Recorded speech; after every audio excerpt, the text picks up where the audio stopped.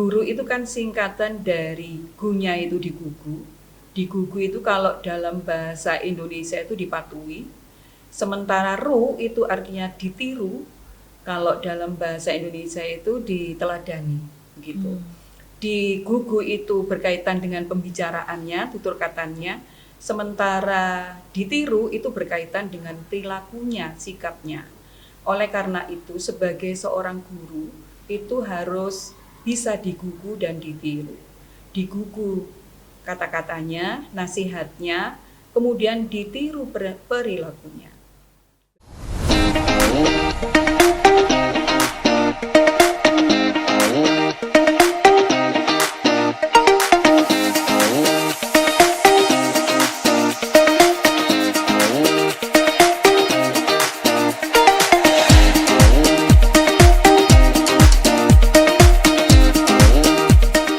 Assalamualaikum warahmatullahi wabarakatuh. Hai sang pemimpin, kembali lagi di podcast SMP Al Muslim. Kali ini bersama saya Revalina Mamuja Azahra dan saya Fani Ardidita Gunawan dari kelas 8 Ali bin Abi Thalib. Pada podcast kali ini kami mengangkat tema Guru Hebat Sepanjang Hayat. Dan tentunya kami mengundang narasumber hebat kita, yaitu Ustazah Nunuk Winarsi SPD. Assalamualaikum Ustazah.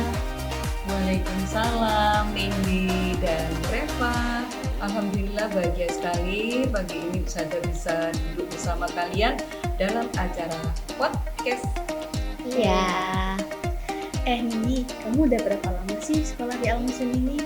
Aku udah sekolah di Al Muslim dari SD sampai sekarang. Terus rencananya SMA aku juga mau sekolah di Al Muslim lagi. Wih, lama banget nih. Dari SD, SMP, dan mungkin sampai SMA, kamu setia banget sama Al Muslim.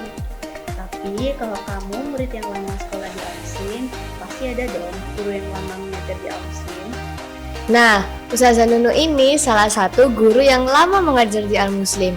Yuk kita bincang-bincang tentang guru hebat bersama Ustazah Nunu. Nah, gimana nih kabarnya Ustazah Nunu? Baik kan? Alhamdulillah baik, sehat seperti yang kalian lihat saat ini. Sehat, kalian juga sehat gitu ya. Alhamdulillah. Nah, setahu kami Ustazah Nunu ini adalah salah satu guru yang lama mengajar di Al Muslim. Apakah benar, Us? Berapa lama, Us? Betul sekali, Ustazah mengajar di Al Muslim ini sudah 29 tahun. Ingin tahu 29 tahun itu di mana saja? Wah, boleh Us. Ya, 29 tahun itu Ustazah awali dari tahun 1996. Kalian sudah lahir atau belum? Belum. Tahun 1996 waktu itu jenjang yang ada masih SD dan TK. Ustazah pertama masuk di Al Muslim itu mulai jenjang SD, tepatnya tahun 1996 sampai 2001. Jadi selama 5 tahun berada di Al Muslim. Dalam masa 5 tahun itu Ustazah menjabat menjadi kepala sekolah pada tahun 1997 sampai tahun 2000. Kemudian tahun 2001 SMP dibuka. Akhirnya Ustazah mutasi ke SMP mulai tahun 2001 sampai tahun 2013. Selama masa itu Ustazah menjadi kepala sekolah SMP tahun 2004 sampai 2008. Setelah itu tahun 2010 SMA berdiri. Ustazah masih belum bergabung di situ. Baru pada tahun 2013 Ustazah diminta untuk bergabung mengajarkan bahasa Indonesia di jenjang SMA mulai tahun itu sampai sekarang tahun 2025 ya. Nah, selama masa itu Ustazah pada tahun 2019 sampai 2022 Ustazah menjadi wakakurikulum. Begitu ya. Kemudian mulai tahun 2022 sampai sekarang Ustazah dilibatkan di yayasan yaitu mengurusi SDM. Gitu. 29 tahun total semuanya. Wow, banget. 9 tahun ya Us. Itu aja kita belum lahir Us. Iya, belum lahir. Usiamu sekarang berapa? Masih kecil Us. Iya, masih kecil. Iya. Dari pengalaman Ustazah yang tadi itu, Ustazah pasti punya dong pengalaman yang mengesankan. Boleh diceritain nggak Us? Boleh. Pengalaman yang sangat mengesankan untuk Ustazah yaitu pada tahun 1998. Waktu itu terjadi krisis moneter. Nah, karena krisis moneter itu jumlah siswa kelas 6 waktu itu hanya 7 siswa. Dan waktu itu Ustazah sangat khawatir. Sebagai kepala sekolah waktu itu Ustazah sangat khawatir. Kenapa? Bisa nggak ya 7 siswa itu Al-Muslim menyelenggarakan ujian sendiri. Tapi alhamdulillah dengan izin Allah akhirnya bisa menyelenggarakan ujian sendiri. Kenapa begitu? Karena sebelum-sebelumnya Al-Muslim sudah pernah menyelenggarakan ujian dan alhamdulillah anak-anak waktu itu lulus dengan hasil yang sangat memuaskan. Kemudian pengalaman yang mengesankan berikutnya yaitu ketika Ustazah menjadi kepala sekolah SMP waktu itu. Waktu itu anak-anak SMP ada pelaksanaan ujian nasional ya. Ya, waktu itu kan untuk menentukan kelulusan itu diadakanlah ujian nasional. Dan alhamdulillah anak-anak waktu itu mendapatkan nilai peringkat kedua untuk sekolah swasta se-Kabupaten Sidoarjo. Itu prestasi yang menurut Ustazah sangat mengesankan. Begitu. Wow. Dari semua pengalaman itu, Ustazah tetap tegar untuk menghadapinya.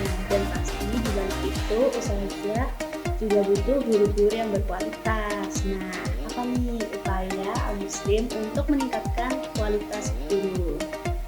Ya, untuk bisa mengantarkan anak-anak sukses itu harus dimulai dari gurunya gitu ya. Ketika guru itu memiliki semangat yang tinggi, maka semangatnya itu akan mengalir kepada anak didiknya. Nah, supaya guru bisa selalu bersemangat, apa yang dilakukan? Yang dilakukan yaitu guru itu kan sebagai manusia ya. Manusia itu kan terdiri dari jasmani dan rohani. Jasmaninya yang jelas harus sehat dong, begitu ya. Kalau tidak sehat kan tidak bisa mengajar dengan baik, begitu. Untuk bisa sehat jasmaninya, sekolah itu ada program senam, begitu ya. Di hari Sabtu itu ada kegiatan senam. Kemudian ada selain jasmani juga ada rohani, begitu ya. Kalau jasmaninya tadi olahraga, kemudian rohaninya yaitu dengan memberikan pelatihan, kemudian memberikan workshop, begitu, supaya meningkat kualitas guru itu. Kemudian memberikan kesempatan untuk pendidikan lanjutan kepada guru-guru. Misalnya yang S1 diberi beasiswa untuk bisa melanjutkan ke S2. Bahkan yang S2 juga diberi kesempatan untuk bisa melanjutkan ke S3. Itu dalam rangka untuk kebutuhan meningkatkan kualitas diri dari segi pengetahuan. Untuk yang lain yang berhubungan dengan rohani, yaitu hubungannya dengan Allah, sekolah juga memberikan kesempatan, agenda kegiatan kepada guru-guru untuk mengadakan khataman, mengaji bersama, khataman Al-Quran bersama, kemudian yang pasti beribadah, begitu. Dan yang perlu kalian ketahui, Ustazah di sini juga ada reward loh dari sekolah, yaitu melaksanakan ibadah umroh, begitu. Jadi kebutuhan jasmani dan rohaninya terpenuhi, insya Allah kualitas guru itu meningkat. Ketika kualitas guru meningkat, maka bisa mengajarkan pelajaran kepada anak ini dengan baik. Begitu, Reva dan Nindi. Wow. Ternyata Al-Muslim sudah berusaha keras untuk meningkatkan kualitas guru ya, Us. Nah, pasti Betul. gurunya punya banyak prestasi dong, Us. Boleh nggak disebutkan? Ya, Prestasinya alhamdulillah sampai saat ini banyak sekali. Ini yang saya ingat aja ya prestasi yang diraih oleh guru-guru. Reva dan Indi kan tahu ya, Al Muslim ini ada mulai jenjang TK, SD, SMP, dan SMA. Untuk jenjang TK itu usahanya ada yang menjadi pemenang lomba karya nyata juara 1, 2 tingkat Sidoarjo loh. Ya, kemudian ada juara membuat cerita juara 2 tingkat Kabupaten Sidoarjo. Kemudian untuk SD usahanya ada yang menang lomba berpidato. Ya, lomba berpidato tingkat Sidoarjo juga. Kemudian untuk usaha SMP itu juga ada yang menang lomba juara kompetensi tingkat kabupaten. Selain guru-gurunya, kepala sekolahnya juga juara untuk SD sama SMA itu juga menjadi pemenang lomba juara kepala sekolah inovatif se-Jawa Timur. Begitu juga dengan kepala sekolah TK itu menjadi pemenang lomba karya nyata juara 1. Selain guru dan kepala sekolahnya juga punya prestasi begitu. Seperti TK itu menjadi pemenang sekolah yang ramah anak. Kemudian SD itu menjadi 10 pilihan sekolah yang ikut kerjasama dengan Australia. Bisa menyisihkan 1.769 sekolah SD se-Indonesia loh itu. Iya, begitu. Kemudian SMP dan SMA itu menjadi sekolah. Jadi semuanya bergerak untuk meraih prestasi. Itu Reva dan Nini. Keren banget ya Nin. Nah iya. Nah, Saza kan udah lama nih ngajar di sini. Boleh ceritain nggak kira-kira apa perbedaan mengajar di zaman awal Ustazah mengajar sampai di era ini? 29 tahun waktu yang cukup lama ya. Jadi masa itu pertama kali Ustazah mengajar itu media mengajar itu papan tulis dan tempat anak-anak belajar itu ya buku tulis begitu ya. Jadi guru adalah sumber utama bagi siswa selain buku paket yang dipinjam anak-anak di perpustakaan begitu. Selain itu tidak ada. Karena guru menjadi sumber utama, maka anak fokus bisa belajar, tidak ada gangguan yang lain. Kalau sekarang ini kan beda sekali, eranya era teknologi. Jadi informasi bisa didapat anak-anak melalui YouTube, melalui Google begitu ya. Walaupun demikian, alhamdulillah guru-guru bisa menyesuaikan dengan kondisi saat ini, yaitu dengan memanfaatkan teknologi. Jadi kalau mengajar tidak lagi selalu menggunakan papan, bisa menggunakan tanpa begitu ya. Ketika membentuk kelompok itu bisa menggunakan aplikasi spin gitu ya. Ketika pembelajaran itu bisa menunjukkan video kepada anak-anak begitu, sehingga anak-anak bisa belajar dengan baik begitu. Itu perbedaannya. Jadi sekarang ini sumber informasi tidak hanya dari guru tapi juga dari media yang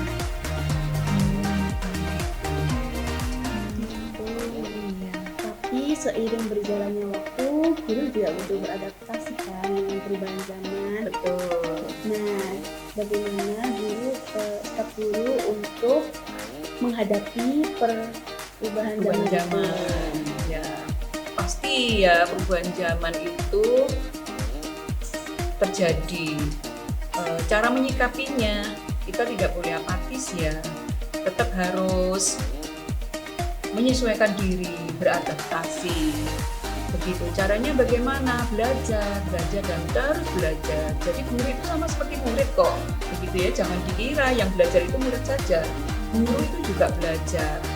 Begitu. Ketika ada perubahan, guru segera menyesuaikan, ya, termasuk adanya perubahan kurikulum, itu guru juga harus segera menyesuaikan. Begitu juga dengan perubahan zaman ini. Ketika sekarang teknologi canggih, maka guru harus menyesuaikan menggunakan teknologi itu. Caranya bagaimana? Ya bisa belajar cara tutorial, lihat-lihat di YouTube.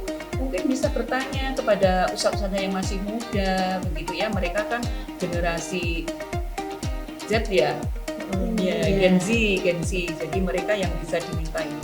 Atau bisa juga mengikut sertakan guru-guru di workshop, begitu cara menggunakan media-media digital dalam pembelajaran.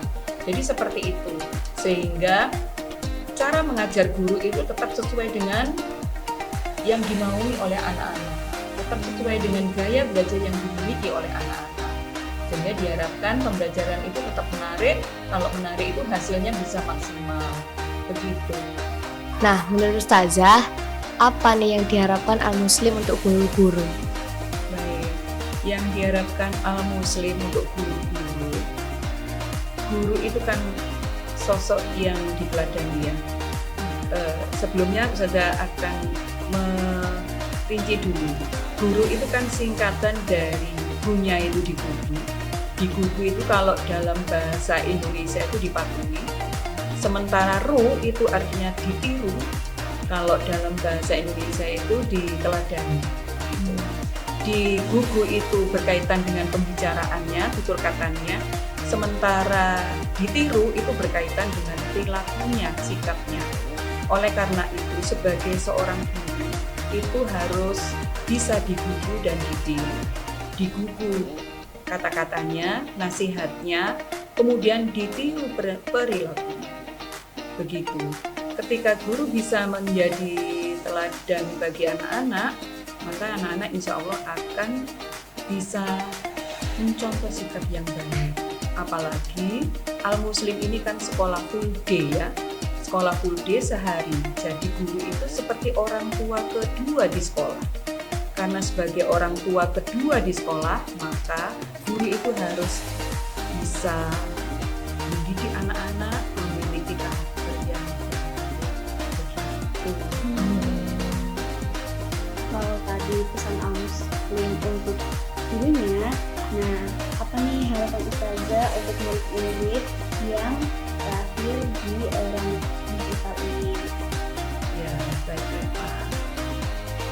Berkaitan dengan siswa yang lahir di era digital ini, era teknologi.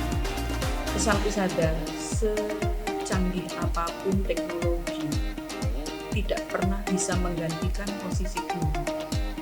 Walaupun kalian bisa belajar tanpa ada guru, tapi keberadaan guru tetap diutamakan, tetap diperlukan. Kenapa? Kalau guru mengajar itu menyampaikan ilmu. Selain mengajar, guru itu juga mendidik. Mendidik itu berarti mengarahkan anak-anak untuk bersikap yang baik.